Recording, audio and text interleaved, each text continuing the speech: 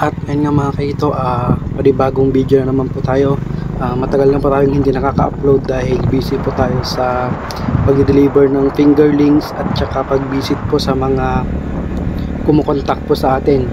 At ngayon nga po mga kahito ay papunta po tayo ngayon dito sa Pangasinan, bayan ng San Quintin, kung saan meron pong tumawag sa atin para po ipakita yung kanilang ginawang concrete pan.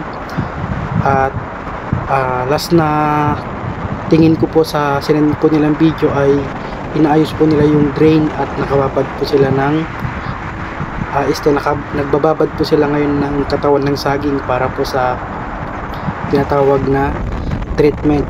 Kasi yung katawan ng saging po, yan po yung isa sa tutulong para po magkakitikiti yung concrete pan, kasi ang kanilang fish pan po na pinagawa ay concrete.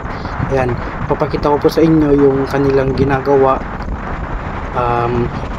Dito po tayo sa Barangay Alak, malapit po sa Chofilo Elementary School. Yun po yung sinend po ng magpapabisit. Ayan, papakita ko po sa inyo sa video yung mga ginagawa po nila, kasalukuyan pong ginagawa, para po kahit paano yung mga baguhan o yung mga hindi pa po nakaka-umpisa at gustong mag-umpisa sa aqua farming ay magkikita po nila o mapapanood po nila yung mga example na ginagawa ng mga maghihito. Ayan.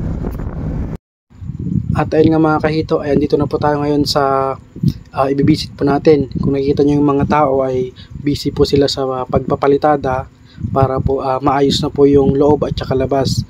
Pero ito po ay sinubukan po nilang lagyan ng tubig, wala naman pong tagas. Ayan. Ayan mga bossing, mga kahito, andito tayo ngayon sa San Quintin. Nakarating na po tayo dito at ito po yung naabutan po natin.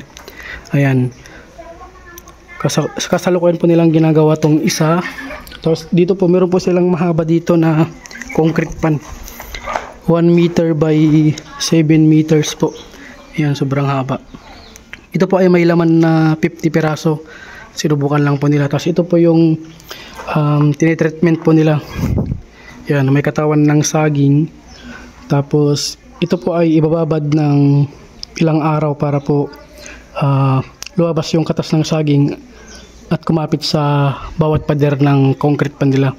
Ito po ay tumutulong po para malaman po natin kung kaya nang mabuhay yung mga fingerlings na ilalagay. Ayan, meron pong lalabas dito ng mga kitikiti. Ayan, sila po ay tumawag sa atin at nagpabisit po. Actual po natin pinuntahan.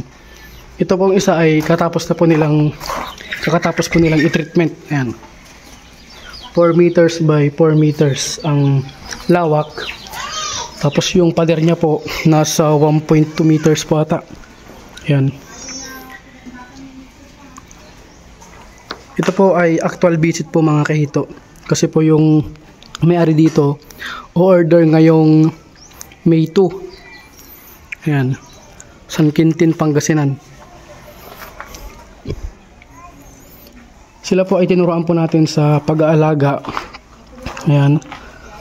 Tapos ito, tinuruan din po natin dito yung mga gagawin. Ayan.